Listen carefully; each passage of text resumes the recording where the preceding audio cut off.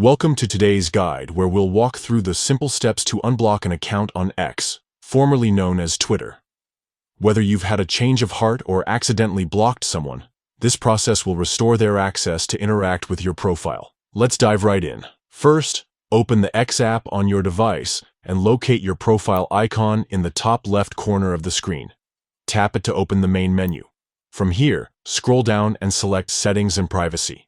This is where you'll manage your account's security and preferences. Next, navigate to the Privacy and Safety section.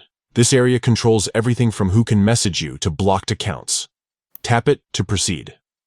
Inside, you'll see several options, but focus on Mute and Block. Select this to view a list of accounts you've either muted or restricted. Now tap Blocked Accounts. A full list of profiles you've blocked will appear. Scroll through to find the specific account you want to unblock. If your list is long, use the search bar at the top to save time. Once you've located the profile, you'll notice a red Blocked button beside their username. Tap it.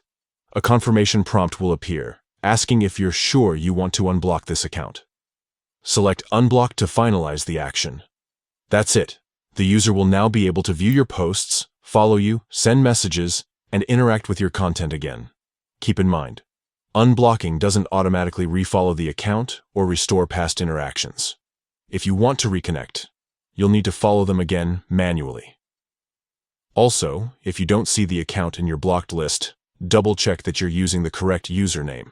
Sometimes typos or name changes can cause confusion. One last tip. If you're using X on a web browser instead of the app, the steps are nearly identical.